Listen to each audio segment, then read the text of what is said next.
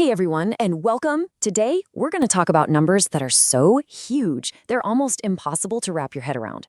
We're taking a trip around the world to witness harvests on a scale that honestly feels unreal, looking at the incredible power and know-how that goes into feeding our planet. So, let's get right into it. Okay, look at this number, 837 billion pounds. Just let that sink in for a second. To give you some perspective, that's like the weight of more than 2 million blue whales. Yeah, the biggest animal on the planet. But this isn't about the ocean. No, this is the weight of the corn that's harvested in the United States every single year. It's an absolutely mind-blowing number, and it perfectly sets the stage for the kind of scale we're going to be exploring today. So, our first stop is the Americas. This is home to some of the most insanely productive farming regions on Earth. It's a place where technology and just massive landscapes come together to create harvests that are, really modern marvels, all driven by these mechanized powerhouses. At the heart of that crazy number is America's Corn Belt, states like Iowa and Illinois.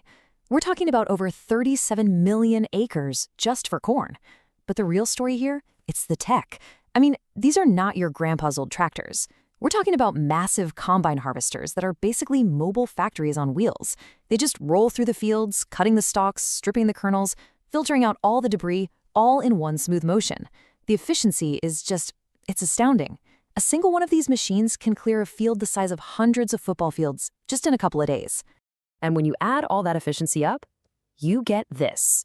The United States isn't just a big player in the corn game, it absolutely dominates, producing about a third of the entire world's supply.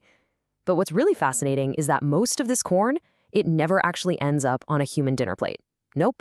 The huge majority of it goes to livestock feed and making biofuel, so it's powering both our food chain and our cars. This kind of dominance gives the US a ton of influence over global food and energy prices. All right, let's head south. Our next number is 123.5 billion pounds.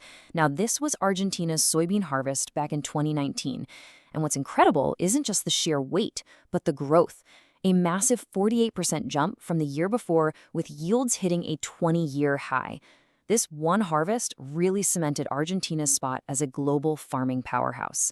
Argentina's success really comes from the huge, fertile pampas plains. And, just like the U.S. corn harvest, the key ingredient here is mechanization. From March to May, you've got combine harvesters just sweeping across 42 million acres, cutting stalks and separating beans all in one go. Because they rely so much on technology, very little manual labor is needed, and that just slashes their costs and harvest times. It's what makes them so incredibly competitive on the world stage, right up there with the US and their neighbors in Brazil. And speaking of Brazil, let's talk about something that I'm guessing a lot of us can't start our day without: coffee. Every year, Brazil cranks out over 60 million bags of coffee beans. That is an enormous number that translates directly into the coffee you see in shops and on grocery store shelves all over the world, from the US to Germany and Japan. Brazil's dominance here is just undeniable. The country produces more than 30% of the entire world's coffee supply. A lot of that is thanks to regions like Minas Gerais, where the climate and soil are just perfect for growing those Arabica beans.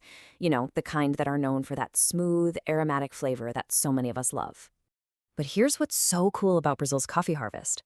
It's really a tale of two different methods.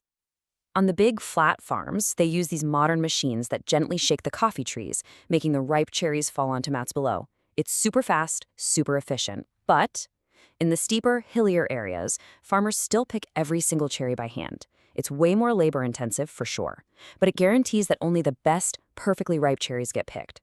That preserves the highest quality for those premium coffees. It's this perfect mix of modern efficiency and old-school craftsmanship. Okay, we are now heading east to Asia, a continent that totally rivals the Americas in agricultural scale. But it gets there using very different methods. This is where we see how unbelievable output can come not just from machines, but from the coordinated work of millions and millions of skilled hands. This slide just perfectly captures the contrast we're talking about. On one side, you have that image of a huge American combine harvester, a symbol of pure tech-driven efficiency. And on the other, the reality for so many of Asia's biggest harvests: manual precision. I mean, just picture workers in Indonesia using these long-handled sickles to cut down heavy fruit bunches one by one. It's a world away from the American Corn Belt, but the final result? The scale is just as mind-blowing. Speaking of Indonesia, here's another jaw-dropping figure for you. 110 billion pounds. That was the country's crude palm oil output in 2023. And if that product sounds familiar, it should. It's in tons of stuff on our shelves, from food to cosmetics. And Indonesia is the absolute king of producing it. So how dominant are they? Well, this chart says it all. Indonesia makes up about 55% of the entire world's palm oil production. And get this, almost all of this massive harvest is done by hand. Workers are cutting down fresh fruit bunches that can weigh up to 25 kilograms each. And because the fruit ripens so quickly, harvesting is just a continuous cycle, happening 2 or 3 times every month to make sure they get the highest quality oil. It's an incredible feat of coordinated manual labor on a national scale. Now let's turn our attention to the agricultural superpower of Asia, China. The scale of production here is, well, it's just staggering. As you can see from this table, China produces a quarter of the world's potatoes and a third of its tomatoes. But look at garlic. China produces 44 billion pounds of it every year. That is almost 80% of all the garlic grown on the entire planet. When you talk about many of our most basic essential crops, China's scale is just on another level. All right, for our final segment, we're going on a little rapid-fire world tour. We're going to spotlight some countries that are the undisputed kings of specific high-value crops. These are the kinds of harvests that define entire national economies and end up in beloved products all over the globe. Our first stop is West Africa. This number, 5.24 billion pounds, is the record-breaking cocoa harvest of the Ivory Coast in 2023. It might be a small nation, but it's responsible for supplying over 40% of the entire world's cocoa. For the Ivory Coast, this isn't just a crop, it's the absolute backbone of their economy, and it's a huge factor in the global price of chocolate. And what's really incredible about this is that the entire harvest is done 100% by hand. Farmers use these small knives to carefully cut the right pods from the trees. The beans are then taken out and fermented in wooden boxes for days. And this isn't just waiting around. Fermentation is a critical process that develops all those complex flavors that eventually become the rich taste of chocolate. After that, they're dried in the sun. So yeah, pretty much every piece of chocolate you've ever eaten has probably gone through this careful, hands-on process. Next up, let's head back to South America. 15.7 billion pounds. That's how many bananas Ecuador produced in 2023. This massive number cements its status as the world's #1 banana exporter, and it holds that title by a pretty wide margin. Ecuador's share of global banana exports is over 25%, and the journey of each banana is pretty fascinating. Workers carefully cut these heavy bunches by hand. Then they carry them on their shoulders to this specialized overhead cable system that zips the bananas from the field to a processing station nearby. It's a surprisingly complex and physically tough system, all designed to get the fruit ready for export without bruising it. And our final stop on this quick tour is Turkey. Every year, 8.8 billion pounds of watermelon are harvested here.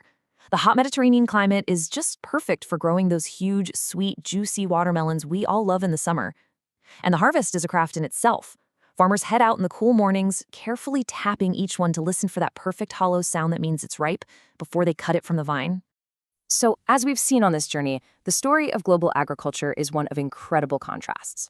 On one hand, you've got the raw, mechanized power of combines clearing massive fields in the Americas. And on the other, you have the precision and pure endurance of manual labor in the palm groves of Indonesia and the cocoa farms of the Ivory Coast. But both of these paths lead to the same result: harvests on a scale that is just truly hard to fathom.